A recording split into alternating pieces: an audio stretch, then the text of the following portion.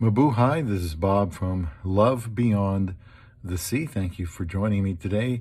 How long does it take to get to know a Filipina for dating and marriage, a woman from the Philippines? How long does it take to get to know her?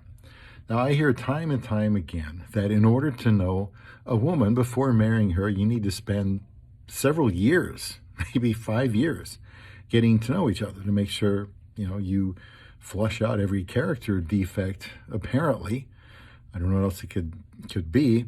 I hadn't had a girlfriend before I met my wife for a very long time.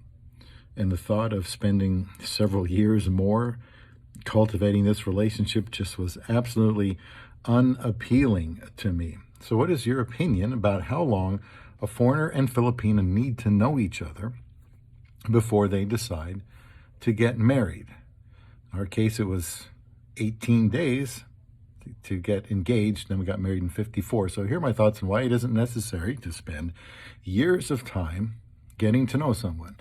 Well, think about how that time is being spent. When you're online, you're there to find a mate. You're going to talk about certain things. If you're together in each other's person, you watch a movie, you don't say anything. You watch some TV, you don't say anything. You're already comfortable.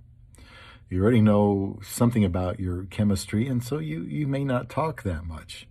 And being together in person can lend itself to avoiding serious talk about what it would be like living together in marriage, because you're comfortable, so you might not talk about those things.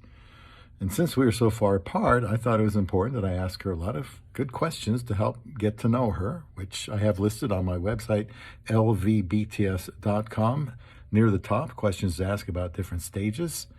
So I think ultimately you only know what you find out and what they reveal to you.